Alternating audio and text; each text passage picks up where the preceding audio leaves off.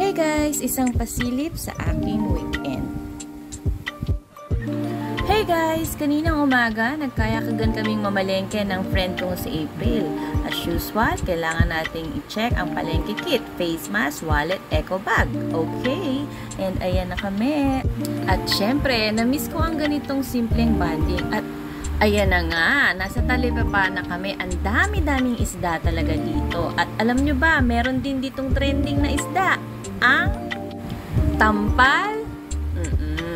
Pero itong bangus ang binili ko kasi super duper nag-crave talaga ako ng belly bangus. So ayan. Tapos, lumipat naman kami sa kabila para bumili ng karne.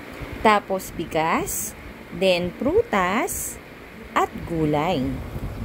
Ayan, kompleto na. Uwian na. Thank you Sis April sa ride. At i-share ko na rin sa inyo yung niluto ko. So ayan na, ang napakasarap na belly bangus. Meron din akong prutas, gulay, tinapay. Wala munang rice kasi nagda-diet na ako.